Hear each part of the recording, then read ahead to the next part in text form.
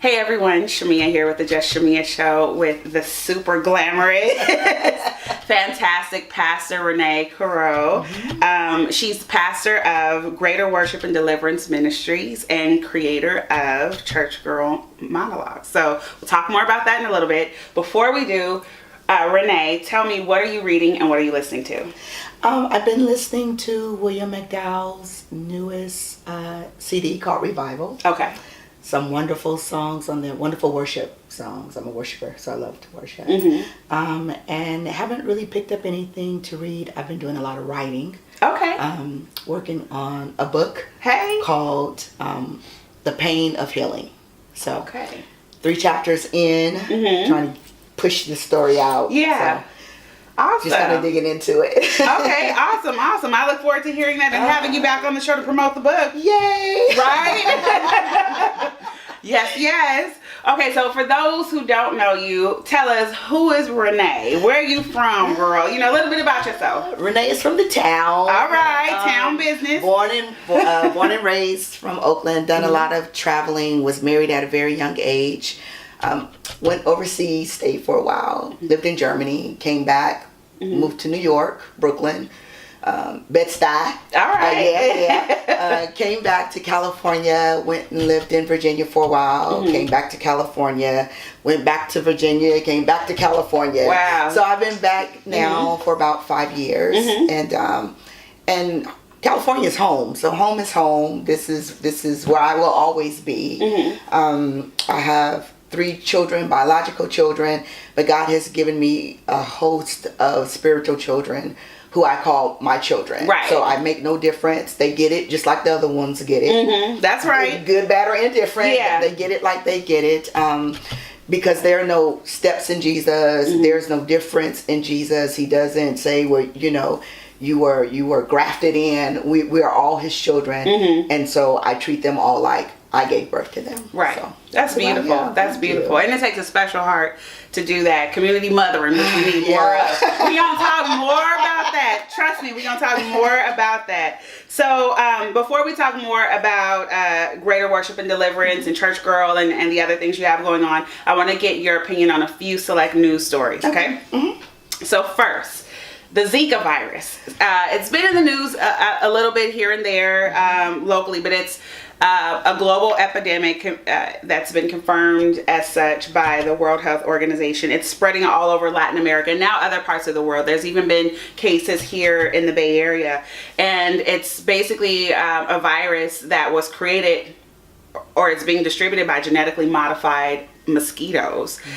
These mosquitoes were created in a lab to fight mosquitoes or to breed with other mosquitoes that were carrying dengue fever. Now they've mutated and they're spreading this virus for which there's no cure. And it's impacting mostly fetuses that are, in utero. So pregnant women are bitten by these mosquitoes. The babies are born with small heads and different defects, even this week coming out blindness, etc. In addition to it being transmitted from to babies while they're in their mother's wombs, it can also be transmitted sexually. It's crazy. So Zika virus is very real.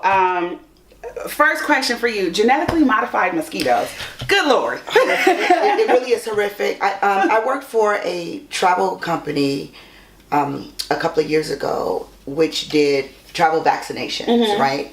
And so we learned a lot, or I learned a lot about different vaccinations, and specifically regarding mosquitoes was yellow fever, right? And then they talked about dengue fever, which has been around forever, but you really don't hear a lot about it. So you don't hear about a vaccination for dengue fever, but it's such a big thing for yellow fever, right? And so when you think about the way that mosquitoes are bred through stagnated water or something that's dead, right?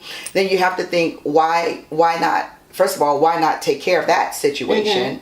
And then there has to be another way that you can kill something or kill the stagnation than to go and breed a mosquito or hybrid a mosquito to kill something that's already dying. So when you think about genetically, why would you even put that. You can spend your money more on just trying to fix the water or get it to a place, because you've turned loose something that really has been in existence for years. This isn't new. Right. It's just coming out. But this is not new at all. Yeah. So I learned a lot working for the travel company and doing vaccinations, and we just don't hear about a lot of stuff.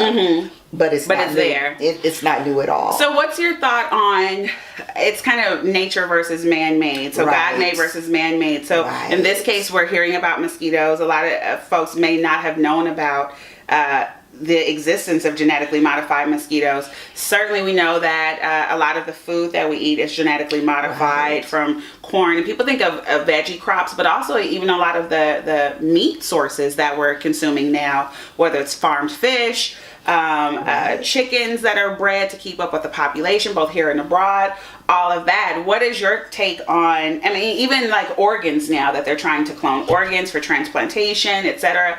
What's your thought on us kind of tampering in the creation field? I think it's a very dangerous, I want to say game, but it's really not a game. It's very dangerous when we take on the role of God in creation. It becomes very, very dangerous because God made us specifically after himself, right?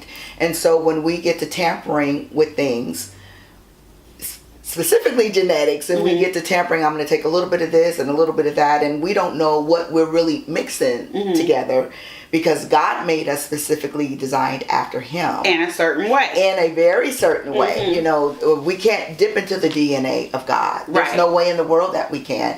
His blood supersedes all of our blood. There's no way we know the blood of God's DNA. We don't know that, right? And so when we begin dipping into that and trying to clone this and try to clone that, we're creating monsters. We're creating monsters. Watch out. Well, yeah, really. And that's what a lot of things that are a lot of things happening in the war, you know, and they're trying different medicine, or they're practicing different medicines on those that are in the war, and they're coming back with different post-traumatic stress disorders and syndromes. It's because we're practicing medicine to try to make them come back to the way that they were, and there's no way. Seen too much, done too much, hurt too much, been through too much, and we're messing up. We're messing up big time. One more question on the Zika virus. A lot of times when we hear about things happening overseas in other parts of the world, right now, the way that I've seen local news reporting it is an issue that's happening in Brazil. But if you dig deeper and you reach out to global news sources, you see that actually there's incidences of the Zika virus all over the world, even, like I said, here in the Bay Area. Is this a us versus them problem, or is this an everyone issue that we need to be concerned with? This is an everyone issue. I can almost guarantee you. It's like the last outbreak, was that Ebola? The last outbreak that we had, where it was only in Africa. It was only certain areas. We have it, you know, and it's on lockdown, and no one else, and then we have all the safeguards, and then there was one in Sacramento, and there was one in Texas, and there was one here, and then before we knew it, you know, it was a global epidemic. Right. But what happened to those that we didn't hear about that anymore? It was just gone, right? So it's definitely not a us versus them. It is an us problem. And it is all of us. It is a global, and because no one's going to stop traveling. I can almost guarantee you that. And to say, well, hold off on having babies, hold off on getting pregnant. Again, you're messing with nature. You're messing with who God has created us to be. Absolutely.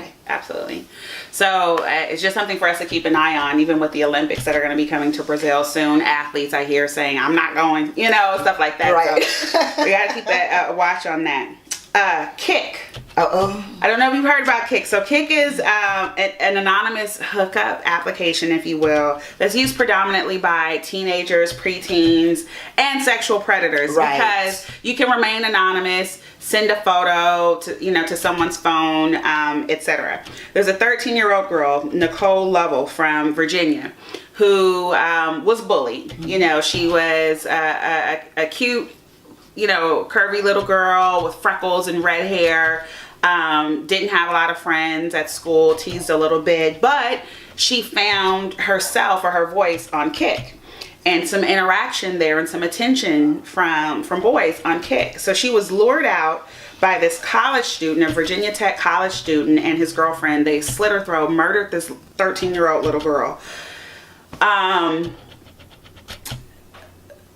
Social media and teenagers. Now, not saying that kids nowadays are doing things that teenagers haven't done since the beginning of time, but it's more visible because of social media now.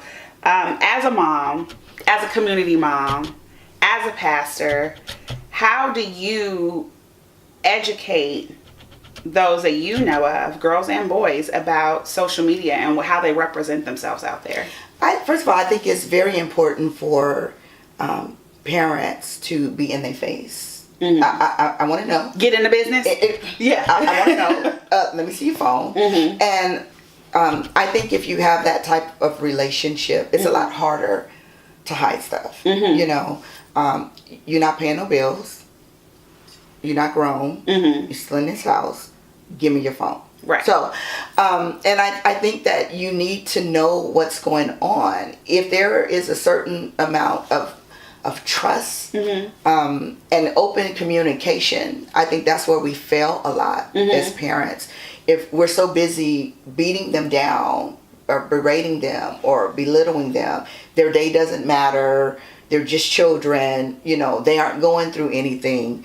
But it's so not true. These children have it almost 8, 9, 10 times harder than we did growing up. Yeah. You know, and I thought that I had it bad. Yeah. You know, I was skinny, I was flat-chested, I had acne, you know, I was bow-legged, the whole gamut, all the way around. Right. It was horrible, you know. And so I was one that pulled away. I didn't like to talk. I felt my mother didn't want to listen. And so I ran away from home because I felt I didn't have a voice. Okay. So if we give our children a voice, because you can say what you need to say, just be respectful in saying it. So if I sit down with my mother or sit down with a parent or sit down with a child, what's really going on? Tell me about, you know, any problems today at school, any situations that I need to be aware of, you know, and then there are signs. Look for the signs that you're having, or look for the signs, the differences that in you your child's see. behavior and all of that. One day you're smiling, the next day you're sad. One day you're happy about going to school, the next day not so happy. Yeah. You know, they doodle a lot. You know, they write on books and papers. Read what all are they that writing? stuff, that, exactly. It's important. It says more than their mouth ever will say. So the other thing that I find challenging in a lot of these situations in terms of educating children about social media is there's what you can say as a parent, as an auntie, as a, you know, etc. But then there's what social media is teaching children about social media. There's what celebrity is teaching children about social media. So how do you as a parent, or how do we as a community combat against that? And to give you a specific example, you have this Kardashian culture, if you will. And kids, say what you will about them, opinions. Lord knows I have hair flip on that. You know, Lord knows. Okay, seriously, but Lord knows I have mine on that. But you have this Kardashian culture that kids are glorifying, where you see a family that has gained this notoriety, if you will, or fame and celebrity from sexualizing themselves. Right. And they've built a brand on that successfully. And that's what people want to do. And then they have a very active social media presence. They have their own apps and all this, that, and the other. And it's about taking a selfie, posting this photo, being all up on somebody. And there's what you say as a parent. But how do you combat against that? Mama, you don't know what's going on. This is how we do it now. This is what we do. And I'm winning, you know. How do you combat against what the world is showing them to do? I think you have to be, again, very strong. I have a granddaughter, and I say to her, you know, you always want to be paparazzi ready, first of all. But we don't post everything that we do. Right. Everything is not everybody's business. I don't need to know what time you woke up, what time you brushed your teeth, what time you went to the bathroom. Message. I don't need to know all of that. Yeah. You know what I'm saying? And so for those that think every move I make, I need to take a picture enough, it's really hashtag played out over it, you know. And that's what the predators prey on. They prey on at 7:02, she got up. At 7:04, she walks out the door. At 7:05, they can map your life. Exactly. And so they're going by what you do. And so to combat that, then we teach them to do the opposite. Don't post every picture. You know, don't hang around those that post every picture. And then you need to be aware of your surroundings. What's going on around you? Because you can be in the right place at the wrong time. And something happens. And then you're caught up in something that's on media that'll never be taken off social media. And you were only being you. You were just passing through. Right. And here you are caught up in a situation, you know. So I teach the young ladies, I teach the young men, stop letting everybody know everything about you. Right. Because it's not everybody's business. Right. Some stuff people just don't need to know. That, and I believe in encouraging interpersonal communication. Be a little mysterious and let somebody get to know you the natural way. Right. Let me ask you this question. What, and thinking of, you know, this poor little girl, 13 years old, what, if any, responsibility do these app makers or social media companies, your Facebook, your Twitter, your Instagram, your Periscope, your this Snapchat, what responsibility, if any, do these companies have on protecting our children, or do we need stricter laws? I mean, it's hard to restrict internet, but what can we do? Do we do anything to protect our children from a legal standpoint, from enforcing penalties on the organizations or doing something like that, or do you think it's unpoliceable?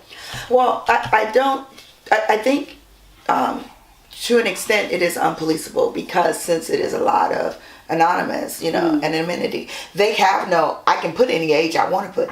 Are you That's 18 true. years old or check a box? Check a box. Yes, I am. You know, I can get on a calculator and subtract 2015 minus 18 and give you a date so that you know I'm of legal age. What does that really mean? Because if it's something I want to do, you don't do it bad enough, I'm gonna find a way to do it. Yeah. And that's what I see with our young people. It's something that they believe that they want to do, not really knowing what it is that they're really getting themselves into until it's too late. I guarantee you, had she counted up the cost of getting on that Kick or Snapchat or Facebook, because that's not the only app, you know, that lures our children away. Right. If she had counted up the cost, she'd have never opened that window. She'd have never snuck outside that window. It cost her life. Yeah. So that is a perfect example of stop. You know, we're looking for something, and we believe that it's found on the other end of a screen, on the other end of a smartphone, on the other end of a laptop, you know, not knowing that you don't even know who it is you're really talking to. Right. You don't know their get up, you don't know their get down, you don't know their makeup, you don't know their characteristics, you don't know anything about them. And you're putting what you're feeling emotionally or mentally at that moment, you're putting all of you out there for someone else to say, yep, got him. Right. You understand what I'm saying? And so how do we hold Facebook liable? How do we hold them when you check the box that said you was 18? So you lied to us. Parent, what is your responsibility? Right. Your child lied to us. Why now is it back on us? Why should we owe you money? Why should we give you money? We're sorry. Yeah. You know what I'm saying? We're sorry that we happened, but the child lied to us too. Yeah. She didn't just lie to you, she lied to us too. It's sad. It really is sad. It's really tough. Something to watch out for. I mean, as this is just the direction that the world is going in with social media and all of that. And so I think some key points that you said is, one, you ain't got no business. Right. You really you ain't got no business. You didn't say it like that. That's how I'm saying it. You ain't got no damn business. No business. You know, I'm in it. You know, parents, be involved. Check the phone. Be into everything. Check the profiles. Talk to them and their friends. Right. You know, monitor what they're up to and encourage them to, you know, hold some stuff back. You know? You know, growing up, I couldn't go over anybody's house. I couldn't talk on the phone past 9, you know. Yeah. And I couldn't just run out the door. Where you going? I couldn't do that. I sat on the porch and whoever wanted to come had to come. Come on by. They Yeah. had to meet mama. And when I was old enough to call myself go on a date, we needed to see driver's license. Right. We wrote down the license plate of the car. Right. Because if anything happened, still do that. you know what I mean? Exactly. And that's the responsibility of it. So that's why, and that stuff was embedded in me. Where you going? Well, I don't know them, who their mama is. I want to know, because I would hate, he said he was going with, and that person does not even exist. Right. That's the last thing the last thing they said to me was, so we have to be a little bit more, I don't care, that's fine too. I want to make sure that you're okay. Yeah. Don't be scared to be a parent. No, not at all. There it is. Not at all. All right. I'm silly, we know that. Okay. So, December 2nd, Mario Woods was shot and killed by San Francisco police. Recently, Mayor Ed Lee asked the U.S. Attorney General to investigate to see if there was use of excessive force, etc. This past week, there was autopsy results that were released that showed that when he was shot, he did have meth and marijuana, antidepressants, and some other things in his system. That he was shot 20 times, mostly from the back. Also this week, the San Francisco City attorney said that the shooting was lawful, and that, and I quote, failing to surrender peacefully, Woods posed an imminent threat to bystanders and officers, end quote. Do you agree? I mean, did you see the video, first of all? Did you see the video? I saw as much as I could stomach. Okay. In the video, folks, what was depicted was this boy. Legally, he was grown. He's very much a boy still, young boy. And the police had responded to a scene where someone had allegedly threatened someone with a knife. In the video, we didn't see a knife, but the officer said there was a knife, a steak knife or something.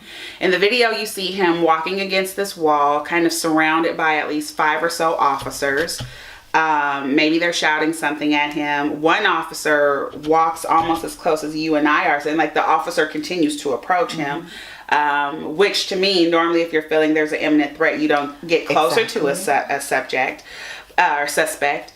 So you see that, and then he goes down on the ground being shot now, as we've learned from the autopsy results, 20 times, mostly from behind. So not by the officer who was standing closest to him, walking closer to him in his direction, but by those others who were on the side and behind him, firing from behind. So with that, knowing that the officer was walking closer to him, that he had maybe a steak knife, but again, we didn't see that in the video.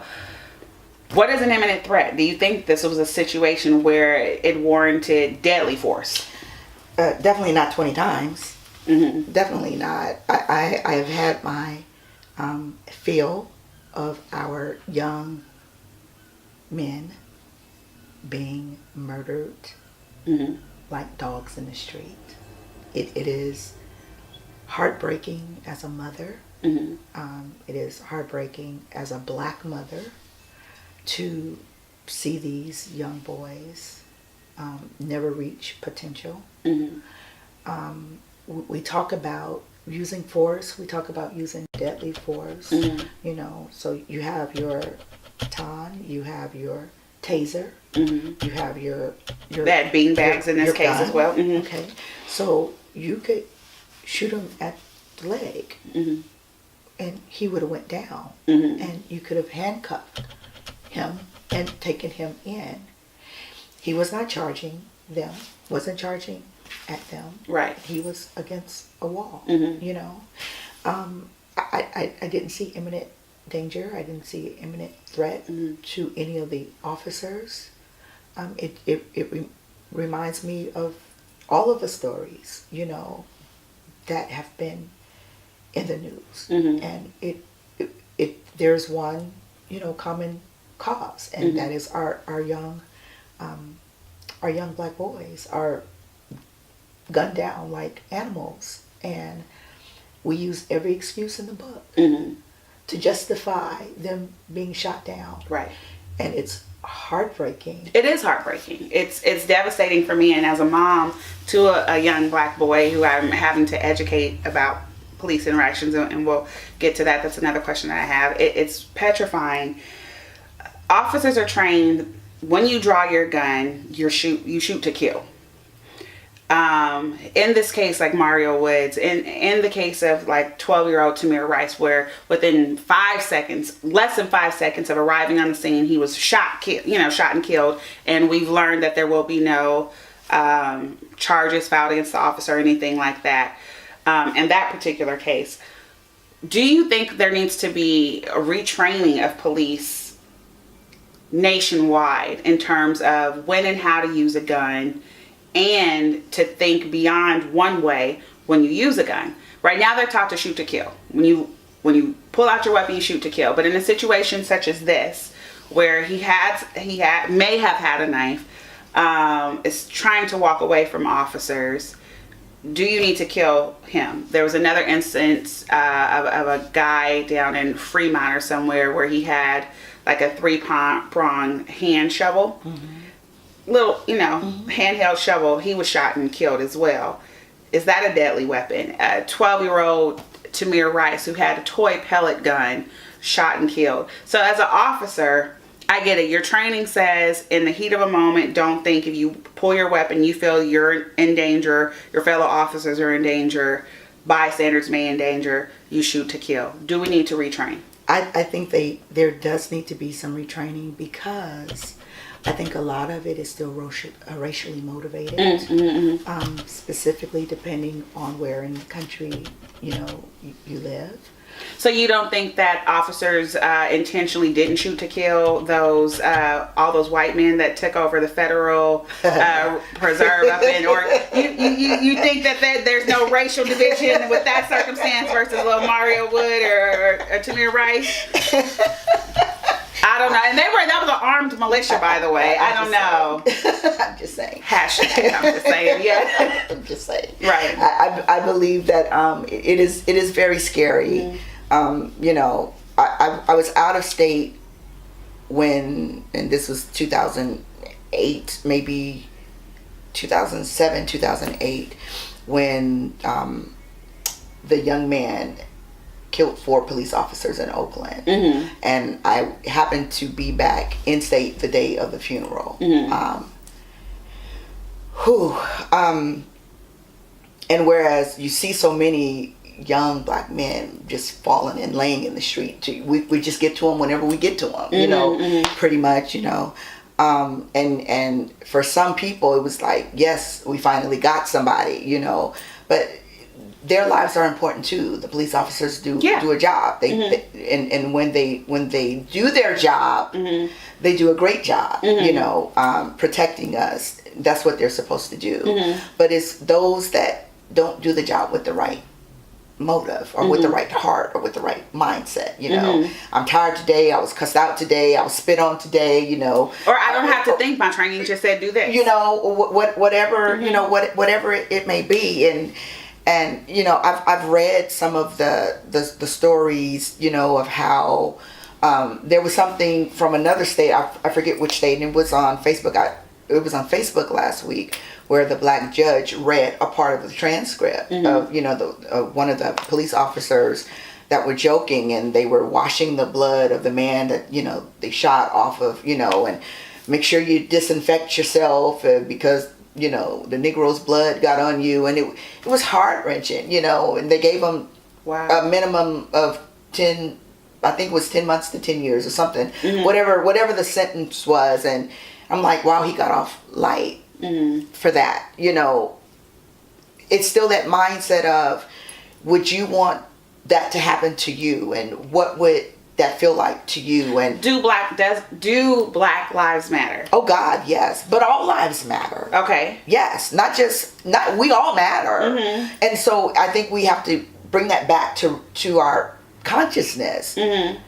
All lives matter. Okay. You as a police officer, you matter too. You as a court official, you matter too. My son, you matter too. The man that works at the restaurant, You matter too. Mm-hmm. You know, Chamia, you matter too. Mm-hmm. You know, we all matter. And if we keep that in the forefront of our minds, we should be able to function a little bit better. The devil is a lie. Mm-hmm. Mm-hmm. He has potential. Mm-hmm. You know, he has power within himself. You know, some of us, some of our young men have just lost their way. Yeah. They just need a little bit more help. Mm-hmm. You know, they just need a little bit more push. They just need a little bit more love. Yeah. And they're going to get it together. Mm-hmm. You know, why kill them? Mm-hmm.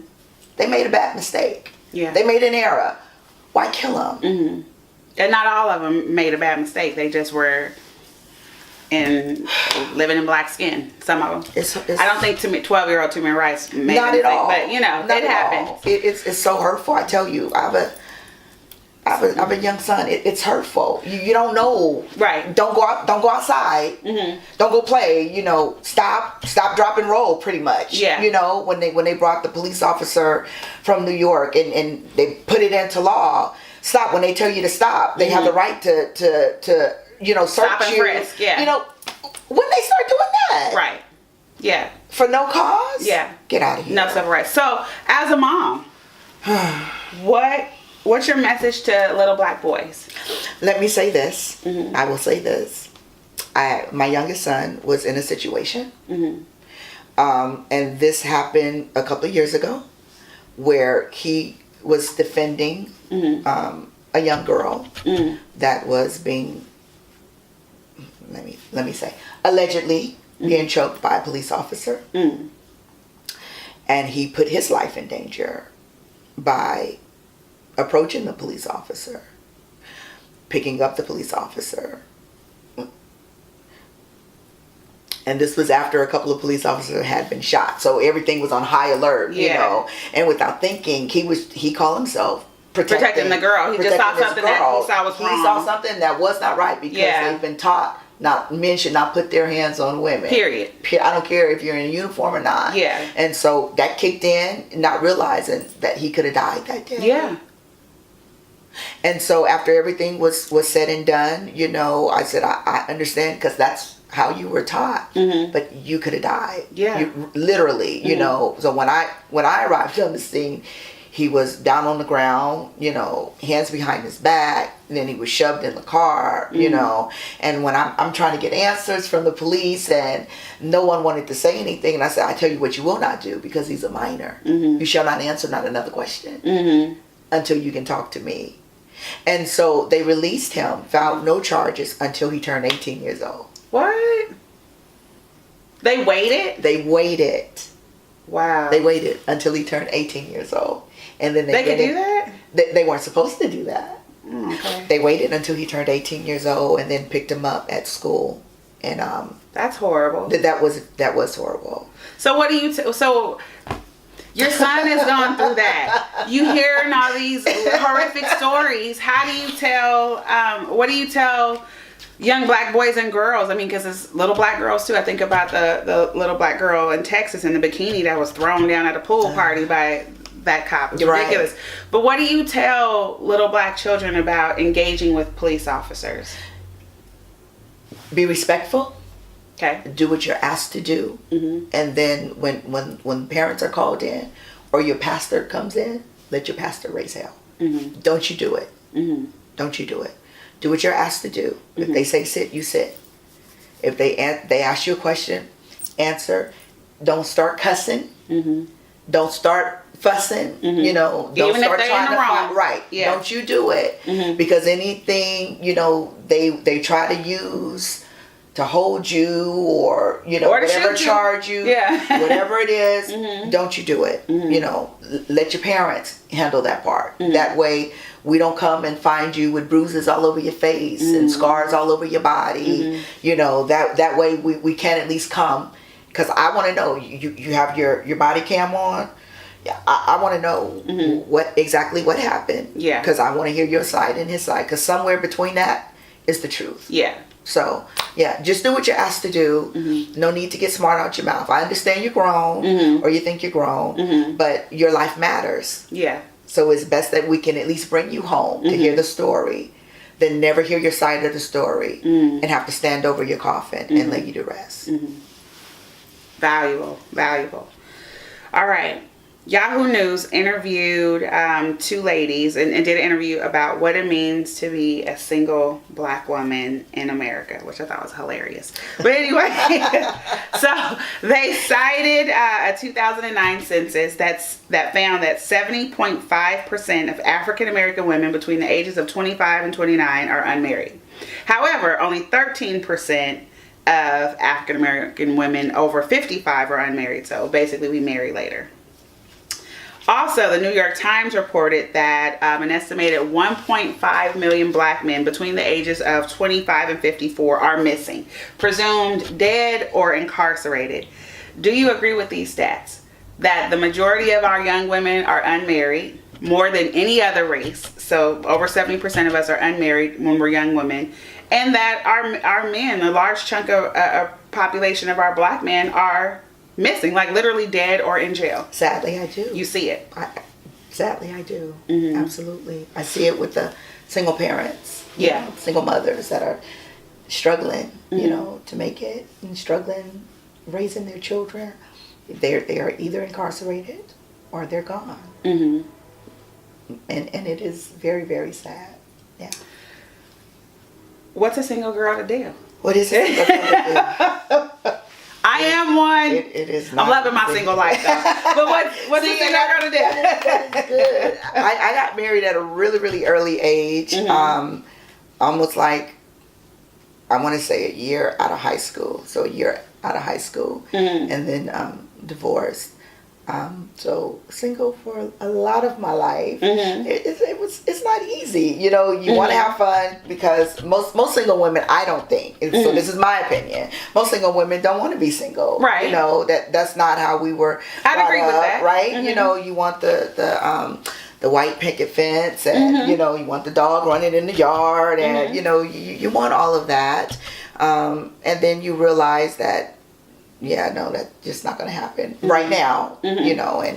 And maybe that dream, may not be reality. So we do other things that keep us busy, mm-hmm. Some have a career, mm-hmm. And that fulfills a lot of our time, and then some do travel, mm-hmm. And that fulfills a great portion mm-hmm. of the time. So we keep busy. Yeah. It doesn't fill the void. Yeah. No. Yeah, but it fills the time. Yeah, it fills the time. But it most definitely does not fill the void. So what about in this case, because they're talking about a good percentage of our black men, and you can talk about demographics. So this person or this age range of black women don't have access to that same age range of black men because they're dead or in jail. Should we cross over the other side of the river, as they say, and date, be open to other options, and dating, outside of our race. Let me ask you this way too. Media, and I'm talking about both in produced shows as well as of course social media, advertisements, etc., glorify, and these are my words, glorify black men being with non-black women. Right. You see it in commercials where you'll have a black man in this, even if you see black parents, I'm like, how y'all make that baby with this curly hair? Right. You'll see it's this culture where black men, it's success if you've had a white woman or conquered a white woman or an Asian woman or something like that. So in that society, in this society that we live in, where our black men that we do have that aren't of that huge percentage that are dead or in jail, where a lot of them are being encouraged by what we're seeing to date white women or Asian women, not black women. What's a sister to do? Should we also fall in line and be like, well, fine, I'm gonna get me, hey, Bill, how are you, Tommy? Is there anything wrong with it? What do you think? I don't think anything is wrong with it. I think that everyone wants to be loved. Yeah. First of all, and I think that love really has no color. What's wrong with that? Right. As long as love is treating you right, because love should not hurt. Right. Love doesn't hurt. So as long as love is treating you right and love has no color, be happy. Be what makes the inside, right? So if love makes your heart smile, be it white, be it Japanese, Chinese, Australian, whatever color it is, enjoy love. So I don't see anything wrong with it. So that's good. So we agree. I also don't see anything wrong with interracial dating. However, I do see something wrong when you have a person of a particular ethnicity refusing to date people of that same ethnicity. And so I do see a lot of that and hear a lot of that, especially now from the younger generation of black men, and even some sisters nowadays are saying, I ain't dating no brother, they ain't got that together. Do you think that there's a self-hate issue going on with black men who refuse to date black women, or black women who refuse to date black men? You may have heard the stereotypes, brothers saying sisters talk too much, they try to be too bossy, they want to be your mama, all of that. Or sisters saying they don't want to work, they just want to hang with the homies. Are these stereotypes are perpetuated by shows or the system, if you will, or is this the reality? I've seen a lot of reality of that. Okay, keep it real. I've seen a lot of reality of that. We don't want to do more than we have to do. Definitely don't want to do that. Or we want to play a lot of games. And for a woman that's about her business, we don't have time for games. If I'm loving you and if I'm on your team and you're supposed to be on my team, then we're doing this together. Right. And if we're not doing this together and one is doing everything and the other is... And you want to have a do-me lifestyle? Right, I'm good. Yeah, I'm good. So I do see a lot of that, unfortunately. I really do. Where the mentality is, I'm going to do me, and I'm going to let you do me too. Where it really shouldn't be like that if you all are together. So it is a reality. And it's sad to say. Yeah. It's a bad... Do you feel like we live in a baby mama culture? Like, I don't use that word a lot, but I hate that term. That's my baby mama, that's my baby daddy. Like, oh, that's cute. Like, that's not cute. It's not cute. Mother of my child, father of my child. But do you think that we live in a baby mama culture where, we're kind of okay with single parenthood, for one, that we're okay with not being married and having children, that we're okay with, I just want to get a baby, so I'm going to go now and get one. And that's my baby daddy, or whatever. I'm over with this one. Do we live in a baby mama culture? I think we do, which is also very sad. Some of this stuff, I believe, is learned behavior, which is very sad. My mother is a retired social worker. Okay. And we used to go with her on house calls, So we would, she would go into the homes and see and, to make sure. And some of those same children grew up with that same mentality, and so you see the attitude, you see the behavior perpetuated, you see it keep going and going and going, those who had mother and father in the home know that there should be mother and father in the home, should be. Now, some of those that only saw mother in the home wants better for their children, so they want mother and father because they didn't have father. So they want to give their child what they never had. Right? So, but there's a small percentage of those though, right? So I want to do better, so I can give better. So this is what I'm going to do because I never had it. So it is a mentality. It is definitely a mindset. It's just a baby. It's an accessory. Right. You know what I'm saying? How dare you? It's not an accessory. Right. It is a life, It is not to make you look better. It is not something to give you money or to get money. Word. Not at all. Yeah. This is a life. This is a soul. This is something that you will have for the rest of your life, and you are depositing everything that you are, good or bad, positive or negative. This that you carry is a part of you, and everything that you have in you are giving to this person. So how do we fight it back against the baby mama culture? Because regardless of someone's upbringing, you can choose to do something different. But when, society and culture says this is just how it is nowadays, or it's cute to be a stripper and get pregnant by a celebrity, or you know what I mean, and get that check. How do we fight against that? You have to have a mindset. You really do. No, one of my three decided that she didn't want to be like she saw everyone else in Oakland. She didn't want to get pregnant young. She didn't want to just hang out. she wanted to do better with her life. Now, she could have stayed and did what her friends did, whatever that was. You know, she could have kept it local. That's not what she wanted to do. So she studied. She went against the odds, you know. She graduated from UCLA, and then she graduated from Loyola Marymount. Now she's doing her schooling to get her doctorate, her PhD. She's married, you know. She's done everything to be different because of her mindset. She chose that.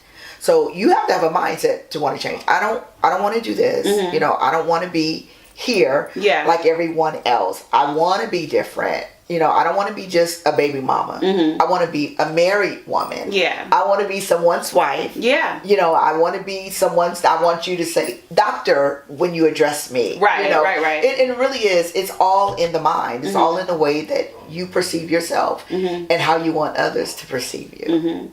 Young people, get your mind right. Hashtag. So says Pastor Renee. Hashtag get your mind right. So, Pastor Renee, what are the Church Girl Monologues? The Church Girl Monologues. This was a dream that I had a while ago, maybe 3 or 4 years ago, where I wanted women to come together and tell their story. And I wanted them to be able to be open about their story, not be ashamed of their story, not be judged about their story. And I did not want it in a church environment. So if they wanted to say a word or two that was not found in the Bible, that they could say it, you know, and nobody said, oh my God, I thought she was, you know. I really think I was the only one that said anything, you know. But I wanted the people to hear that life does not just happen on the street. Life has happened to those that go to church too. Right. You know. Right. And it has happened and is happening. Yeah. And still happening. Yeah. Right. And it is a conscious effort. It is a conscious choice to serve God. Right. It is a choice. Oh, you don't know. I've been hurt. Oh, I bet I have a story that can top you. You know. Well, you don't know what. I bet you I do. You know, well, keep molesting. Well, me too. You know, or whatever you can come with, there's someone either that I know or that someone else knows that can sit and walk you through what you've been through. So I wanted the women to come together so they could feel, because one of the devices that the enemy uses is silence. So when someone is raped or molested, they're threatened. Right? Silence. If you tell anybody, I'm gonna kill you. Right. So it's shut your mouth and keep quiet. So not that day. We gave a voice to the girl that had been raped by her uncle at 7 and then raped by her aunt at 8. You know what I'm saying? We gave voice to the drug dealer turned worshiper. You know, we gave voice to the one who was pushed out there and gave up by her mother and other family members. You know, we gave voice because the enemy can't hold you any longer. You're no longer bound if you begin to tell your story. So, do you think that there's a stigma in the Black community against talking about what happens inside the home? Like that's our business. Yes, that's our business. What goes on in this house stays in this house. Yeah. Of course. And in the Black church even. What happens in this church? Of course. Church, you ain't part of the family. Right. You know. Right. And again, what goes on in this house stays in this house because of pride. We want everyone to think, and notice I said think, that we have it all together. And we don't. Right. We don't. We don't have it all together in our home. We don't have it all together in our church. And that's why we're supposed to go to church, because we are imperfect people made perfect through God. And whenever we think we're perfect, the moment someone walks in, we're not perfect. Or, well, I'm leaving this place because there's a problem. So we take our imperfect self into another place, and then that place becomes imperfect because we're imperfect. So I do think that it is a horrible stigma, you know. Shh, don't tell nobody. You bet not nobody ever know, you know. And the reality of it is that if we really tell somebody, we might could get some help. we could get help for ourselves and might even be helping someone else and telling our stories. Right. I've seen the Church Girl monologues. They were,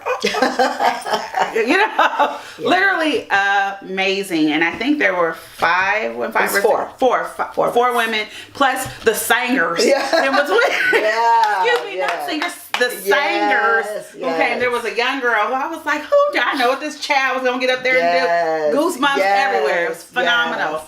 Were the stories real or were they scripted? No. They were real. Okay. They were real life. Mm-hmm. They were real life stories. And a lot of it was easier to write. It was so much, it's easy to start talking to you about my story and be like, oh yeah, and then wait, let me jump back here. Mm-hmm. So it was write it so that you can tell the parts that are important. Mm-hmm. And we went through some really dark nights, trying to relive some of that so that it could help somebody or free somebody or just so somebody could say, now I understand, okay, now I get it. Yeah. And still there was so much that wasn't said in all of our stories. Wow. There was so much that wasn't said. Wow. That in which a couple of them spoke was just maybe a year in time. Wow. And what I spoke was maybe months in time. It was not in its entirety at all. You know, and that's why the book is so important. It's like I gotta get it out. I gotta get it out so that I can feel the liberation and the freedom of. Okay, now I'm finally complete. Yes. So the book that's coming, the Pain of Healing. Yeah. When can we expect that? Oh, don't put a date on it. Yeah, don't rush me. No. When I'm ready. Okay. It is really. I have started this book literally 3 times, and I can get to a point, and then I just don't want to do it anymore. Because it takes me back to a place, and this is just being real. It takes me back to a place where I feel all the hurt, all the rejection, all the abandonment, all the tears, the night of feeling that I didn't want to exist anymore, the night of driving on the freeway, just wanting to push on the gas, undo the seatbelt, and turn off the lights, and whatever happens, just happens, and coming out of that place. And that's why I say we think that, they don't go through anything. They're in church, no. Yeah. Just because we're there don't mean we have it all together. I'm blessed. Yeah, no. Let's be honest. I'm struggling. Yeah. I'm hurting. And I wish I could just sit myself down and just say, God, do this, because I'm a mess. I'm a mess right now, But we can't. We got to paint it on, put that hat on. Yeah. This is the hat for this Sunday, and I got to wear this smile for this Sunday, or like we finished the monologues with the mask. Yeah. I got to put this mask on, powerful, or no, that's not that one. Okay, well, this group of people is coming, so I got to put this, now I'm going to take that one off. I got to put the pastor mask on now, or here come the children, let me take the pastor mask. I got to put the mother mask on now. I don't want to put no mask on. I just want to be a woman, and I'm exhausted, and it's tiring being me, and it entails all of that. So, but it is coming, I guarantee you, because my time is running up on doing it. God has graced me with the window to do it. And so I have to get it done to be obedient so that the blessing can flow. And I put it into the universe already. And it's happening. That and Chamia LaRae Productions is going to help bring Church Girl monologues everywhere, because it was so powerful. It was so moving, and it's so necessary. Yeah. And one of the things that it had me thinking about is a question I have for you too.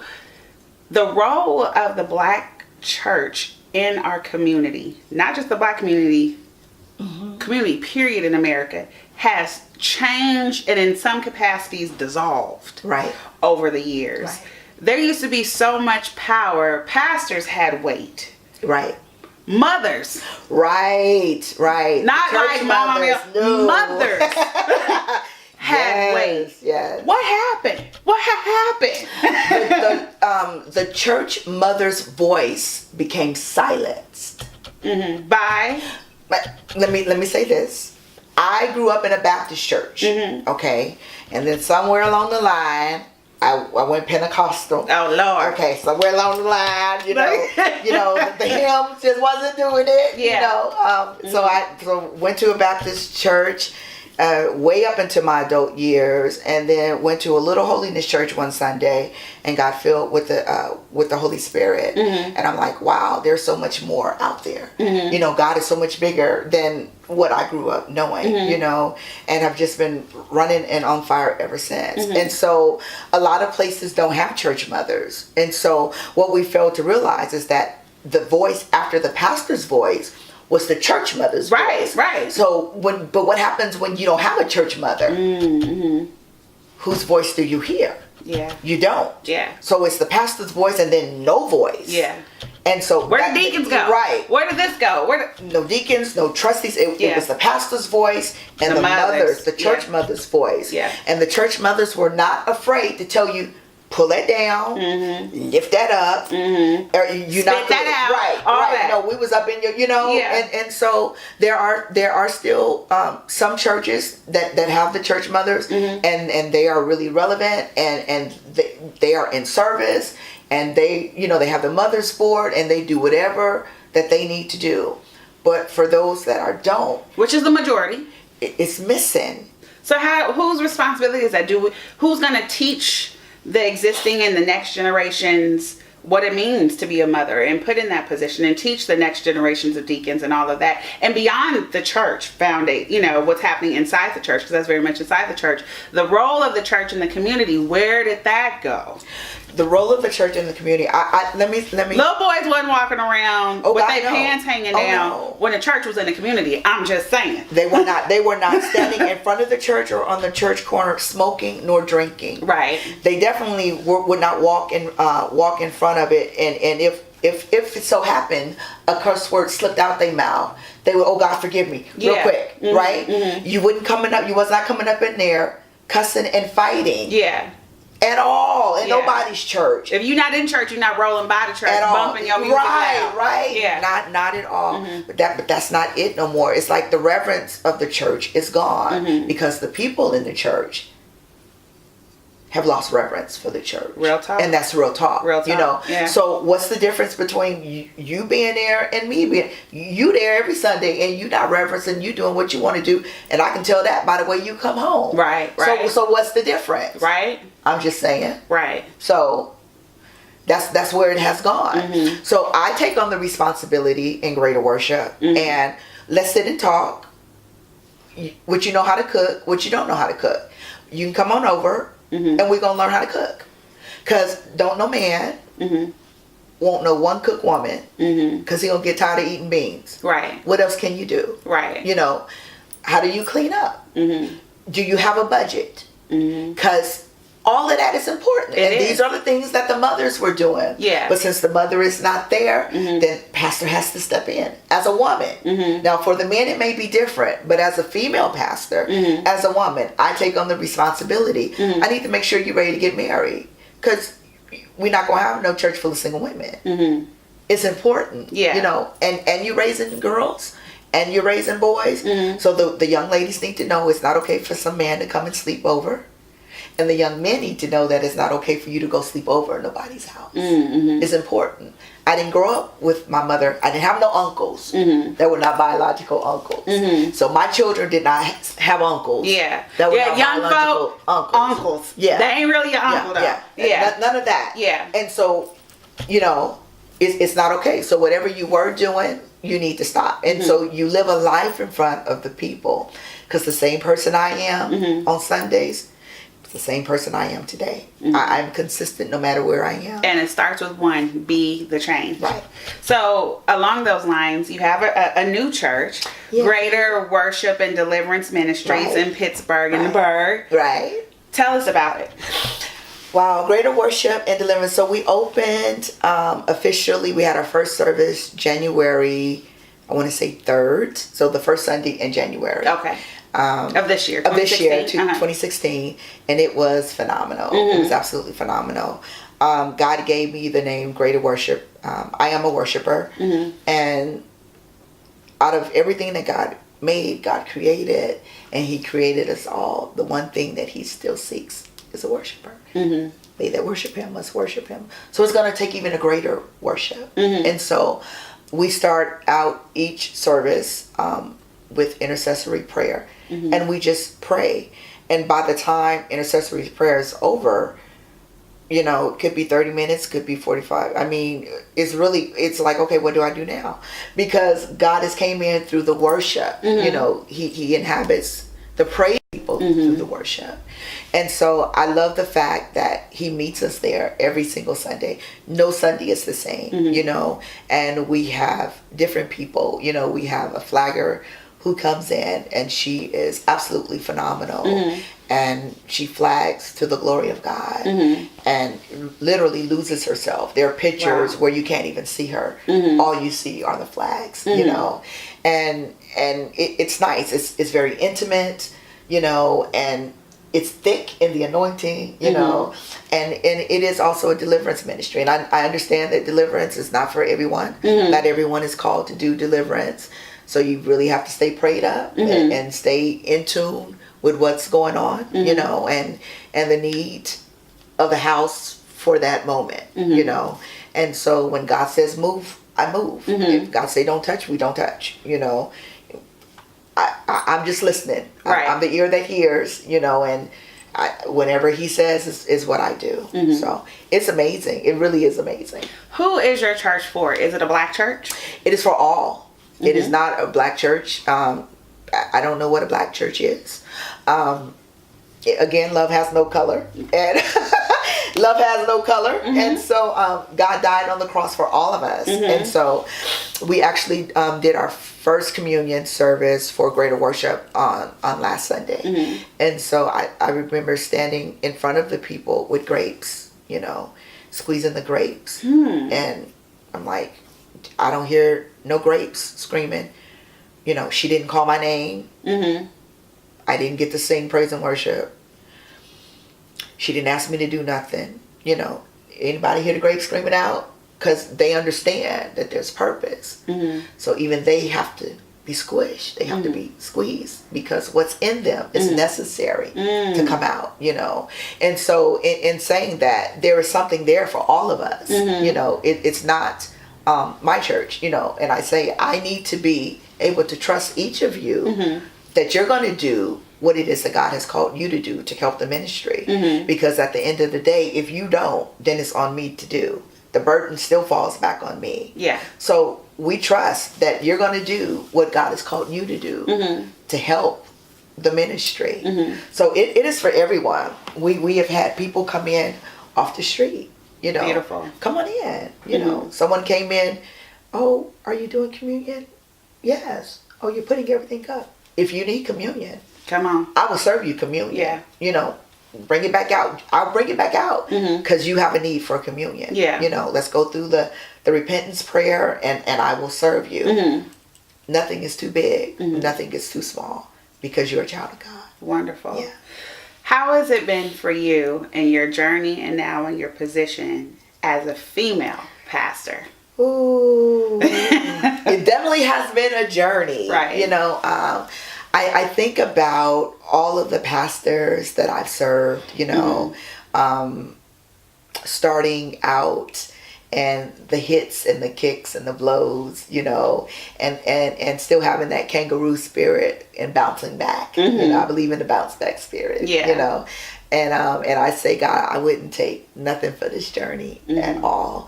Because I realize that it's all about him. And I also realize that everything that has happened has been intentional for my making. And even though there have been nights that I've cried, nights that I haven't slept, you know, days that I haven't eaten, you know, and if I can really be honest, like, I don't want to do this, you know, take the Bible, take the road, here's the cross. I'm tired, you know. It's not supposed to be this hard, right? You know, and God allows me a second in time. And you finish? Okay. Yeah. Are you done now? Okay. Because now you got work to do. Because you're a person. Right. Yeah. And, I mean, in my humanness. Yeah. And that's just being honest. We're not super people. Right. We hurt. We bleed. We cry. We want to do like everybody else. But there's greater. And when you realize that greater is in you, because you're not only the call, but you've been chosen. Yes. And so I realized that it's not about me. It's about, this person and this person and this person. And if I stop, what happens to this person and this person and this person? Because their destiny is tied to me. It says, okay, and that's a big pill to swallow. But okay, God, because if you're giving me the pill, then you're going to help me. You're going to help me do it. Right. So it has not been easy, but I love it. I tell you, I love it. Yeah. I love it. And I'm thankful. I'm thankful that he chose me to do it. I'm odd. Wonderful. Yeah. Me too. Yeah. Weird, Renee's. quirky, crazy girl. Yeah. So, what's next for Renee? Well, a lot of good things. Yay. I like how you like yay. A lot of good things are happening. The latter part of the year will hold some good things, I'm sure. Have some traveling that I plan to do. A lot of traveling that I plan to do. I'm ready to hit some international waters. Wonderful. And do some international ministry. It is definitely time. Gonna expand on a couple of other ministries. I want to really put something together for the women. So I will be doing another Church Girl Monologues. Which we need to collaborate Yes. I met a woman who was really a monologue all by herself, and I'm praying that God does a quick work in redemption of time so that she is ready, because the story is so powerful. But we're working on a conference called the Combat for the Comeback. So it'll be 4 or 5. So we'll have someone in Army fatigue, someone in Marine, someone in Navy, and then someone in Air Force. And we're ready to fight. We're ready to fight to bring the souls back. Yeah, it's time out, because the enemy is fighting. He kicking, he's screaming, he's doing everything he needs to do to get you back out there. And so how come we can't? To get you back in, combat for comeback. Combat for comeback. So that is soon to come, April or May. I believe we're working on. We're just waiting on one more speaker to come in to confirm her. And so that's April or May, and then later in the year, August or September or August, I have a big event. I'm working on the finalities of that, and then international.